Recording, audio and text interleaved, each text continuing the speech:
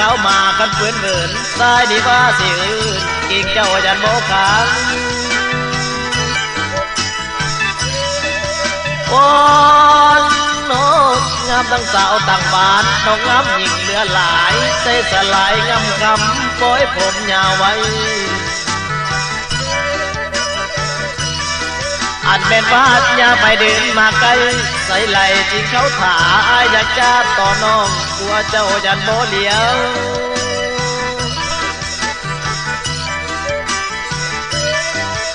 ปอนโน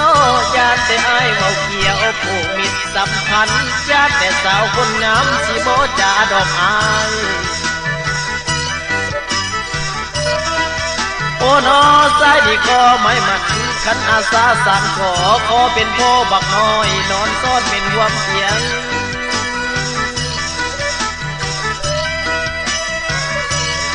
อาจเป็นว่าจานเป็นน้องปากเคียงใจกับปันกาวัฒนาคือสายจันบ่สมดอกเจ้าโอ้น้องงามดีคือน้องไผได้โนสิเป็นผู้สายนี้มันบ่ผู้คงได้ตั้งแต่ฝันคนงามดี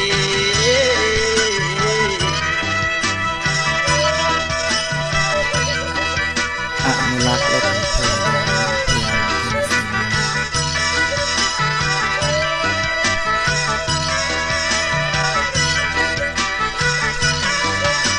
คน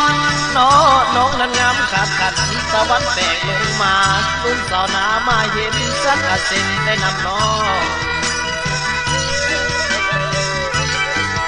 โอ้เด็กขันเม่นจริงคือเบาสิขันเอาเม่นคือว่าลุ่มสาวนาอยากอายรับรองได้ว่าบ่ลวง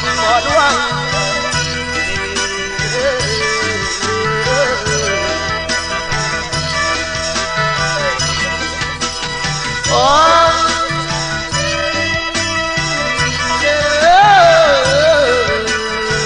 คนงาม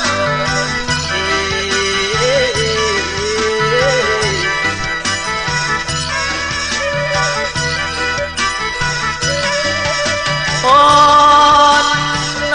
อันว่าสมควรแล้วที่คบไก่ไหลหางขอสังลาตัวนี้ที่นาจึงพบกัน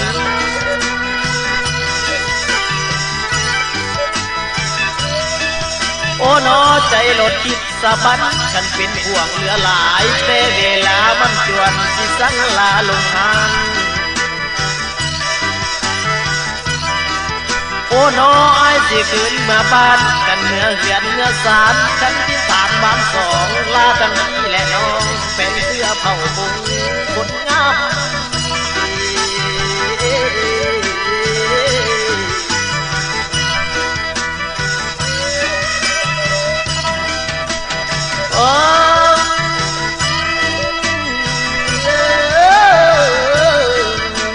ตาดำ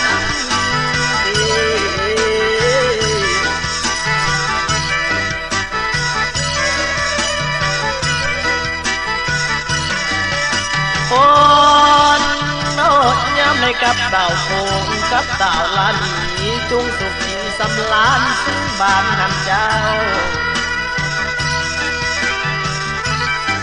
อาจเป็นว่าลาดังฟูงคนเขาสารการเขาแก่ทั้งพ่อแม่พี่น้องลุงป้าทั้งลุงสาว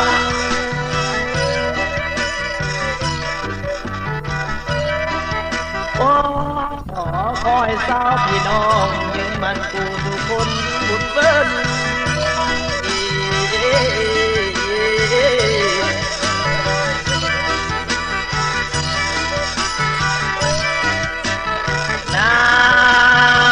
ฟ้า